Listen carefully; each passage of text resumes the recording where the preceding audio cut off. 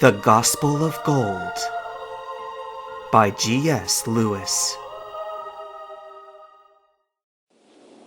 Being a mountain settlement surrounded by snowy peaks, Mahogany Town contained a handful of lodges rented by prospective skiers throughout the year. Alan currently lived in one nearby, where he brought Gold, Marina, and Jenichi to stay, while the rest of the town's residents returned home. However, though hardly anyone remained outdoor, all windows facing the Pokemon Center were occupied with insatiably curious eyes. Alan himself sat by the sill, observing as Bruno's Onix lay motionlessly coiled near the Pokemon Center's broken entrance. Gold plopped down on a couch, and Marina took the other end, while Jenichi rested in an armchair. For some time, nobody spoke, but simply sat in silence and let their minds process all that had occurred. Their morning in Ecruteak seemed like a month-old memory, given the unrelenting barrage of events that had hounded them since then, warping their sense of time. Jenichi groaned the sentiment as his eyes found a digital clock hanging above the door. "It's not even 2 o'clock yet? This has been the longest day." Gold smiled in spite of himself. "Oh, yes. Please, do tell me more about what a hard day you're having." The three Ecruteak trainers looked at each other. After a moment, they burst into feeble laughter, indicative of their mutual fatigue. Alan took his eyes away from the window to give them a skeptical glance, then cleared his throat meaningfully to get their attention. "Your words were lie low, Gold," he said with a raised eyebrow. "I'm hiding you from someone, apparently, and that someone owns the Onix out there.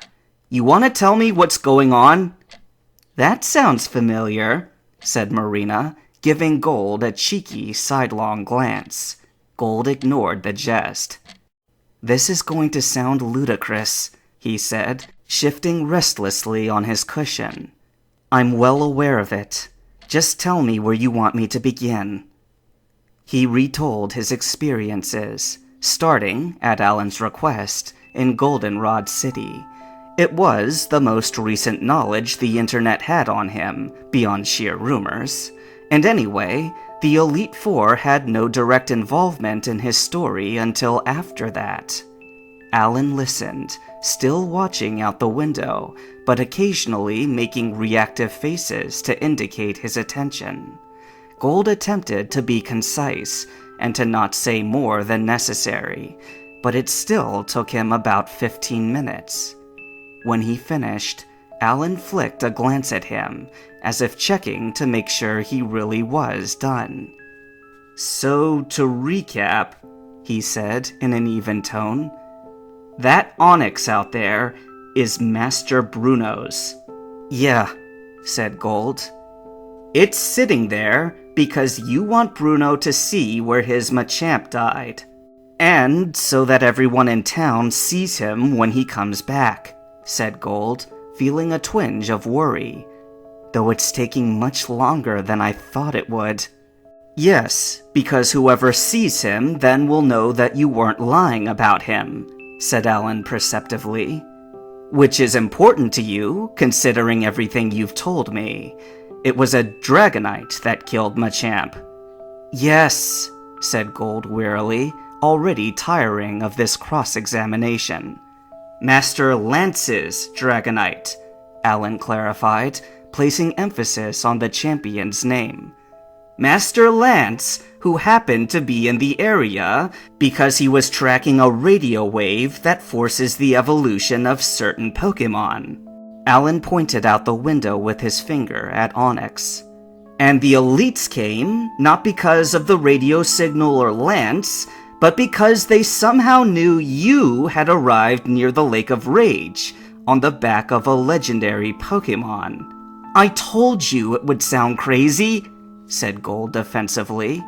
We all know it sounds crazy, Jinichi sighed, massaging his temples. We've been over that. It just takes a bit of adjusting to wrap your head around it. Alan smiled slightly, regarding Jinichi. Even as buddies, you're not used to it yet, huh? Nope. Jinichi looked up at him. But the miracles do help. And what kind of message are you spreading anyway? Asked Alan. What is so important that it associates with miracles and mythical birds? The same one that gets regional leaders hunting you, muttered Gold. I wish I knew what it was. Alan stared at him, abandoning his watch at the window completely. You don't know your own message? What, the message of love thy neighbor and his Pokemon? Asked Gold, throwing up his hands. That's basically it, unless I'm badly mistaken. But how is something that harmless making the Johto League so upset? Alan shrugged. Don't dismiss it. In this line of work, it's your job to harm other people's pets, and theirs to harm yours. He touched the collar of his ace trainer jacket. I'm not that much older than you, but I've seen plenty. I'll tell you right now that there are trainers who are good sports, trainers who feel compassion for others' Pokemon, as well as their own. He smiled sourly. They're always the first to lose the Pokemon League tournament. It's not that they suck. You can't earn 8 badges and still suck. But they hold back so that their Pokemon don't accidentally kill their competition, like they would in nature with their natural weapons. They lose with grace, and while the media romanticizes their love for their Pokemon to the world, the winners go on to take control of the institution. Alan returned to his post at the window, gazing out at Bruno's Onix. To the winners, your message may be innocuous enough, if practiced but not preached. Do both, however, and it gains teeth. Throw in a few showy miracles, and they really feel the bite. It is a public rebuke and a mockery of their power, doubly so when they try and fail to silence you. The room was quiet again as he finished, and Gold digested his theory. Next to speak was Jinichi. Which are you? He asked their host. A ruthless winner or a compassionate loser? Jinichi! Snapped Marina, sitting up straighter. Don't be rude! The reaction earned a chuckle from the ace trainer. I'm a compassionate winner, he said.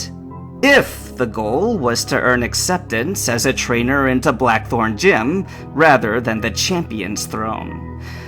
You see, Mahogany isn't my home, but I traveled out here in pursuit of a rumor.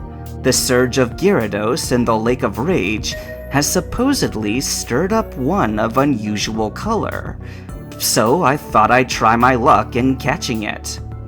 Lance really is a master of stealth, thought Gold. People from one town over knew about the red Gyarados, but not about his presence here. That takes some cunning. Alan looked at Marina. What about you? He asked.